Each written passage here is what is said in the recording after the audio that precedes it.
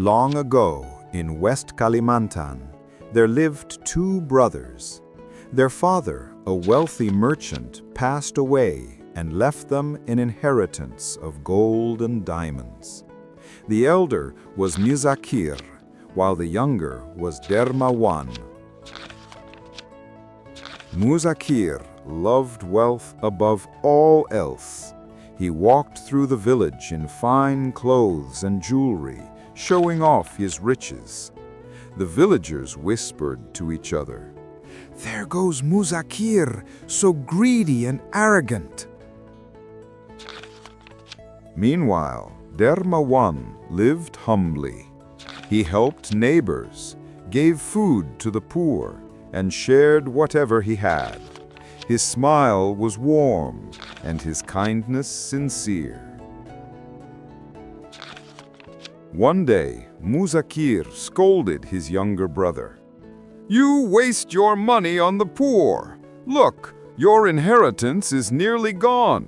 When you are poor, do not expect me to help you."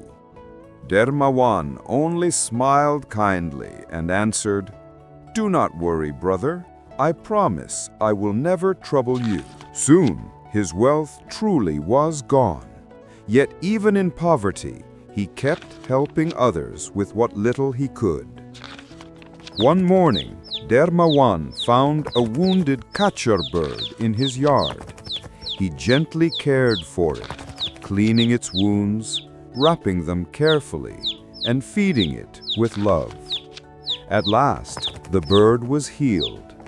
With a gentle smile, he released it back into the forest. The very next morning, the kachar bird returned. From its beak, it dropped a glowing watermelon seed. Dermawan picked it up with gratitude and planted it in his small garden. Days turned to months. From the seed grew a giant watermelon, shining with a golden glow. Astonished, Dermawan harvested it carefully. When he split the watermelon open, he gasped in awe.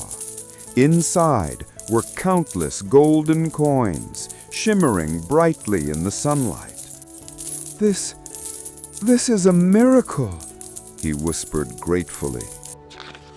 With his new fortune, Dermawan shared food and gold with the villagers. Though he gave generously, his wealth never seemed to decrease. The people loved him dearly, and he remained humble and kind. News of this miracle soon reached Muzakir. Jealousy burned in his heart. "If he can be rich again, so can I," he growled. Greedily, he ordered his servant, "Catch me a kachar bird from the forest. Hurry!" The next day, the servant brought him one. Muzakir wounded the poor bird on purpose, then pretended to care for it, just as his brother once had. But unlike Dermawan, his heart held no kindness. When the bird healed, he released it back into the forest, not with love, but with greedy expectation.